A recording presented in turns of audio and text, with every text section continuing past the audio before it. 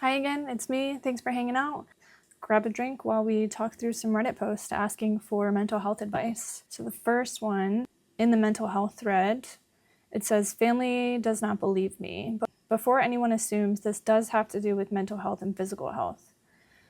I was sick recently, still a little am. My dad said I was faking it, that I was purposely forcing myself to throw up or dry heave. He said I was doing it to get out of work. Oh my gosh. I have a sibling.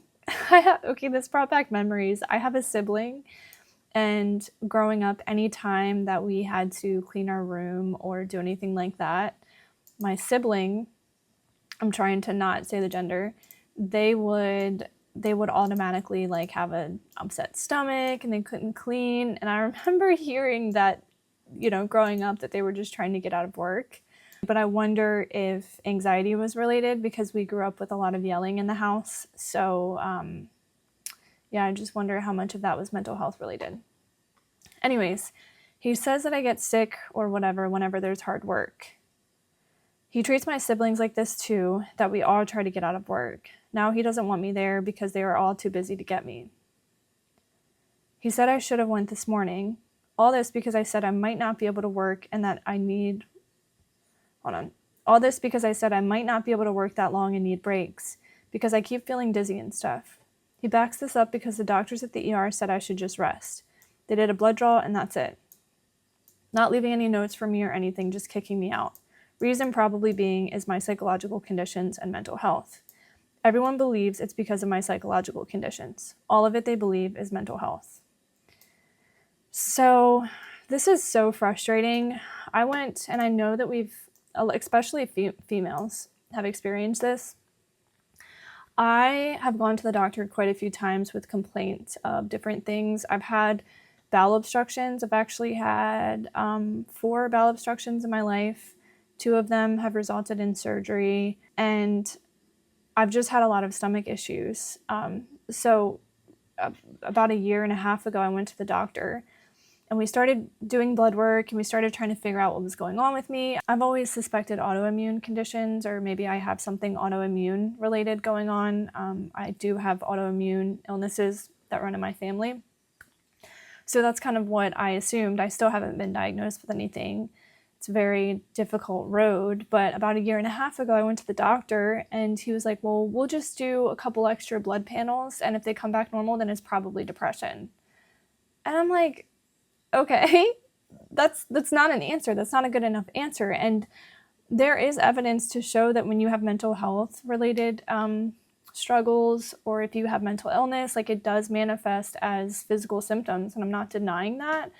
There's definitely evidence to support that, but it doesn't mean that we shouldn't be exploring just to make sure that there's nothing else going on. And there's been links to people who do have mental illness or psychological conditions. There have been links to autoimmune disorders. And that's because I think it's because the body is responding to so much stress. It's in a fight or flight mode for a long time, and then it starts to fight back against itself because of the huge amounts of stress that it goes through. So this is bullcrap. I mean, it's just bullcrap. I mean, I'm sorry that you had to go through this and that you went to the ER and they didn't take you seriously. I mean, it could be related to mental health, but that doesn't mean that they shouldn't do their due diligence. Anyways, I called my brother to see if he could pick me up, and he was all nasty, like, if you're sick, you should be laying down, all nasty, like. All this because why? That I have FND. What is FND? FND...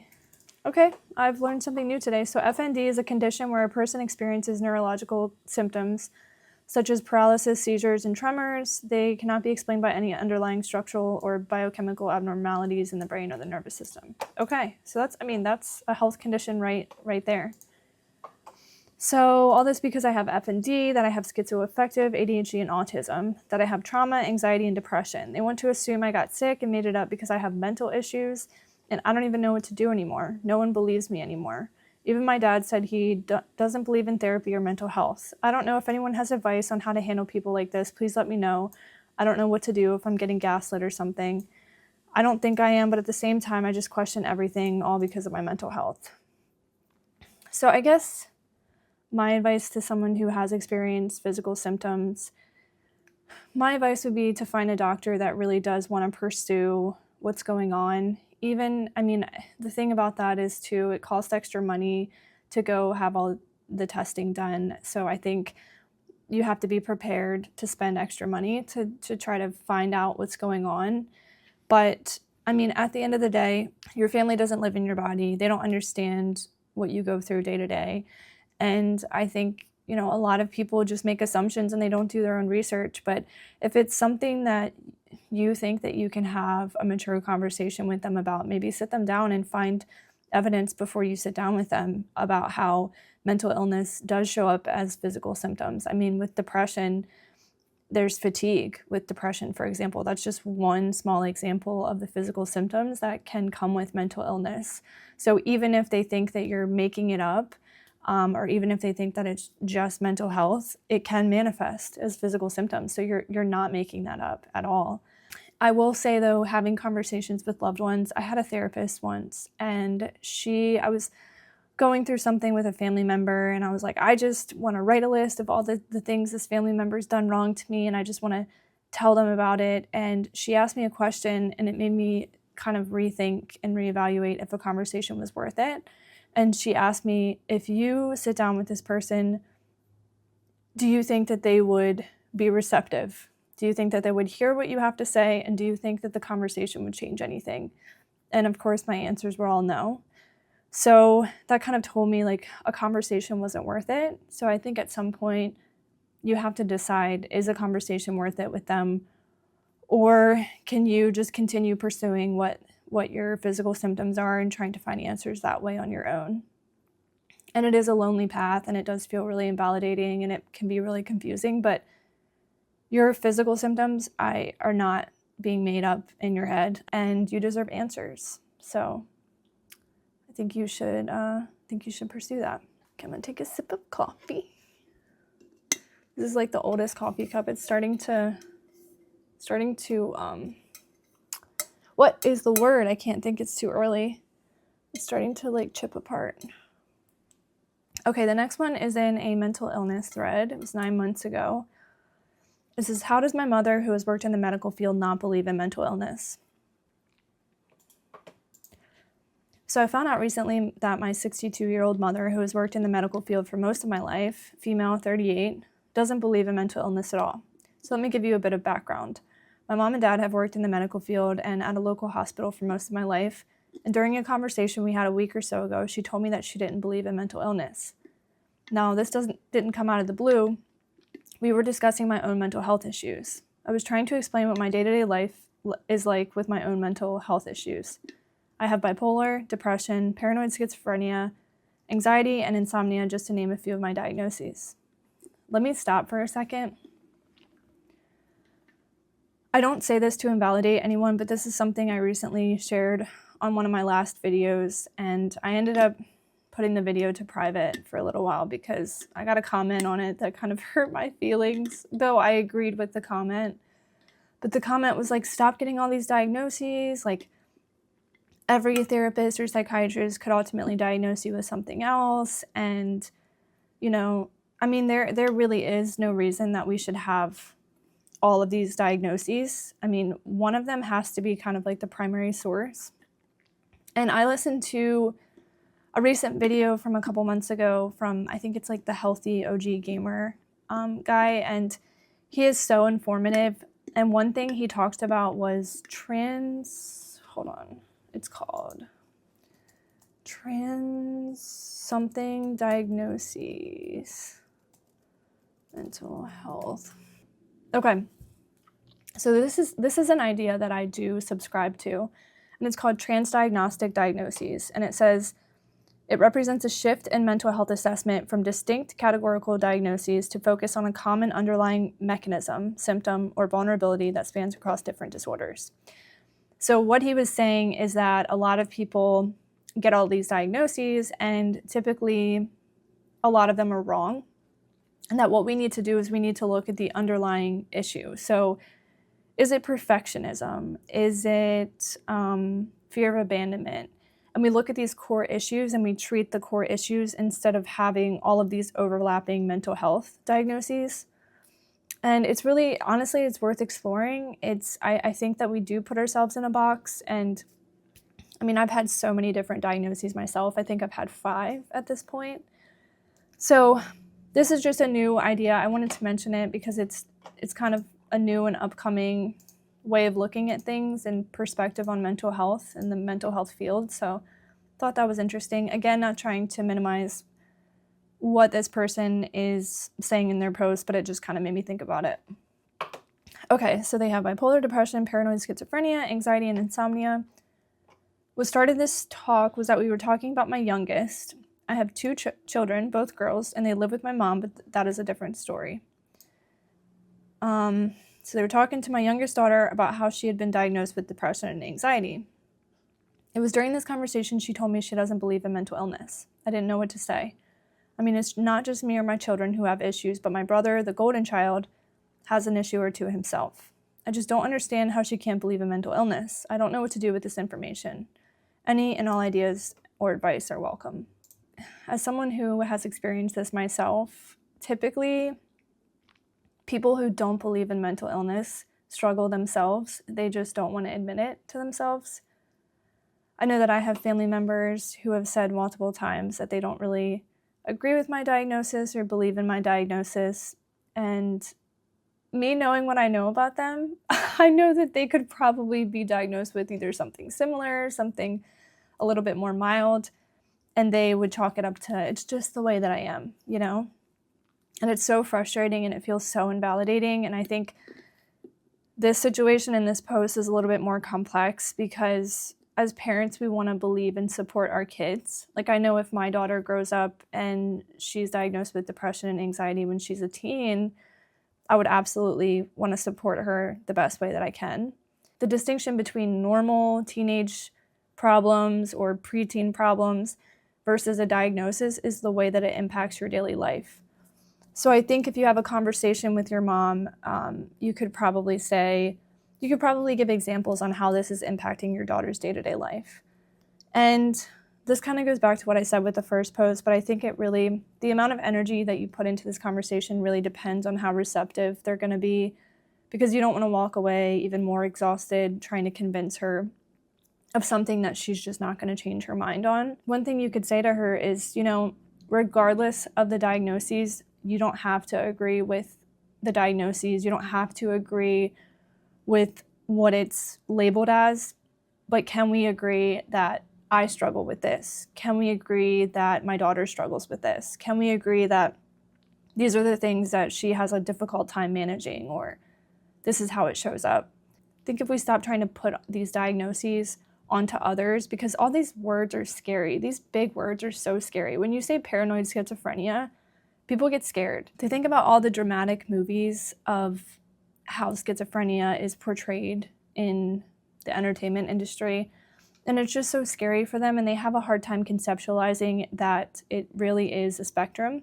When we communicate these things to our family, what I've done recently actually is I've just dropped the diagnosis, because at the end of the day, they don't really understand what the diagnosis means, but I can communicate to them, this is what I struggle with. For example, with borderline rage is a common thing. I struggle with rage, at least I did in the past. I've gotten so much better, but I can communicate to my family, like, I struggle with anger and rage, and this is something that I'm working on, and this is how you can help support me. So I think if we kind of shift our lens and shift the perspective that they're seeing us as, that it can kind of help communicate, help us get on the same page, and disarm them in a way when we take away those big, scary words. I need a sip of water. Okay, last one in the mental health thread again. It's titled, Can't Maintain Relationships Due to Mental Health. I'm in my mid-30s and I have depression and ADHD, and my last 3 relationships failed because of my mental health draining my partners. I'm doing my best and it's just not good enough. I'm in therapy, I have a psychiatrist, I'm on Zoloft and Vyvanse, and I just started reading, I think they meant taking, the Motrigine. I do martial arts once a week, I walk, I make sure I see people regularly, and also make sure that I have regular me time days to relax and rest. I've learned that it's good if I set aside time to try to work on my mental health, and that often it's better to just get up and change activity to distract from it so I don't strengthen those depressive thought patterns and feelings in my brain. I think this is great. I think this is a great introduction. It sounds like this person is doing everything that they should be doing. So immediately, I mean, what I'm thinking is like the people that you're in a relationship with, they should understand the work that it takes to combat depression and ADHD, and they should recognize how hard it is to do these things. I mean, even me, like it's so hard to take a walk sometimes. It's so hard to make sure I'm seeing people regularly. It's so hard to distract myself at times. So kudos to you. I think this is great. Great start. Okay. Fantastic start. Next part says, I'm working on not complaining as much and to not use my partner as my only support person. I've been working on being more independent. I live alone to help with this, and I see myself improving. Sounds like we could have a little bit of an attachment issue. Not sure, just kind of an assumption based on what they said here about using their partner as a support person. It says, I recently told my most recent ex that they only wanted to be with me when I'm good, and they ran when I was struggling, and they replied that a good week for me was when I didn't have a full-on emotional breakdown. I didn't see it like that at all. I don't see myself as someone who is always negative. I've been told I'm bubbly and easy to talk to. I have fun, but I do have depression. But when you lose 3 relationships because of mental health, at some point I have to admit that I'm the problem. I never asked for any of this. I've struggled badly since my early teens. I struggle with loneliness in a sense I don't fit in or belong. I struggle to maintain friendships. I don't have a group I belong to. Advice online says to build a support network, but being real means losing people. Whew. I resonate with this so much. I mean, I have a few friends from high school that I talk to occasionally, but I don't have, well, I take that back. Recently, I feel like I've found a group that I belong to, but we all kind of like have our own stuff. And it's so cool because we show up as ourselves and we don't judge each other because we all have our own stuff. But it's really, really hard to find that. And I recognize that, and I didn't have that for so long. It is hard to maintain friendships. It's hard to build a support network. I think too, it's like, where do you find these people? Because a lot of people who struggle with mental illness, like myself, like I stay to myself, and I've wondered if sometimes I come across as like stuck up or whatever because I don't talk to people and I don't put myself out there because I'm too afraid of being judged. I walk into a room and I feel like I don't fit in. So it's something that I'm working on, putting myself out there more, but I would say, I don't know if this person, I don't know if you're like me, but putting yourself out there it can hurt, and you can face some rejection, but it will help you ultimately find your support network or your tribe. There's advice online for people saying it's okay to leave your partner if they're draining your mental health, but what am I as the partner with the mental health issues meant to do? If I've been trying and trying for over 2 decades and I'm draining the people around me. I'm so tired of hurting and I don't want to be alone. I have so much love to give and I want to build a life with someone special. Ugh, this one hurts. This one hurts. It's like a gut punch because I relate to it so much. I'm going to say this. My initial advice is not going to be great, honestly. And I say this coming from an honest place. The majority of people today have this thought process that one negative trait or negative thing in someone gives them an excuse to just leave them. Because we have so many options. We have dating apps, we have Tinder, we have Hinge, we have all these options, and it's almost overwhelming at times. So for people who know that they have options, a lot of times they give up. But I think, and I hate giving this advice, I absolutely hate it, but I think you have to just find the right person. And I know it's exhausting, and I'm talking to the person that wrote this, but you've already lost 3 relationships. You think it's because of mental health, but what if it's because of other things? What if it's because they see something in you that they don't know how to handle themselves? Like the right person, I hate this advice, but the right person will stay with you through it all. The right person will see through the mental struggles that you battle. They will be there for your depressive episodes and things like that. Sometimes too, it's finding someone who struggles with the same stuff so they have empathy and they understand where you're coming from. It's tough. When you're in your 30s, I haven't reached my 30s yet, but I know that it becomes kind of like a more serious thing to try to settle down and find a partner. But I think because you're in your 30s, it's almost an advantage, because if you're finding people that are close to your age, you will start to find people who are more mature. And I think there's something to be said here about an attachment style. I don't know why, but I'm getting the vibes that there is kind of an insecure attachment happening. So I think that once you start working on that, that'll help a lot. It might not necessarily be the depressive episodes, but it might be the tendency of the insecure attachment style, to where when you do experience depression, and if you don't have a support network, you don't have anyone else to go to, and it could become overwhelming for the other person in the relationship. So it sounds like you're doing everything that you can, but I think if you do get to a place where you're feeling like you're showing symptoms of insecure attachment, maybe that's kind of a cue on when to walk away from the phone, or when to walk away and try to regulate yourself.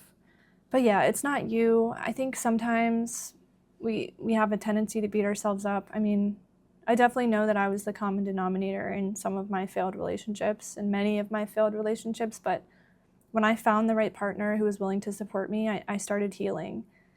And it wasn't easy to find them. I didn't find him on a dating app. It just kind of happened. Having patience that you're eventually going to find that person is going to be helpful, but also kind of putting yourself out there more, and talking about mental health more openly can attract the right people in your life. But all right, we talked about some stuff today. We learned some stuff. I learned what F&D meant. We talked about transdiagnostic diagnoses, and hopefully we gave some helpful advice. Thanks for listening. Thanks for watching. Thanks for hanging out with me. And until next time, bye.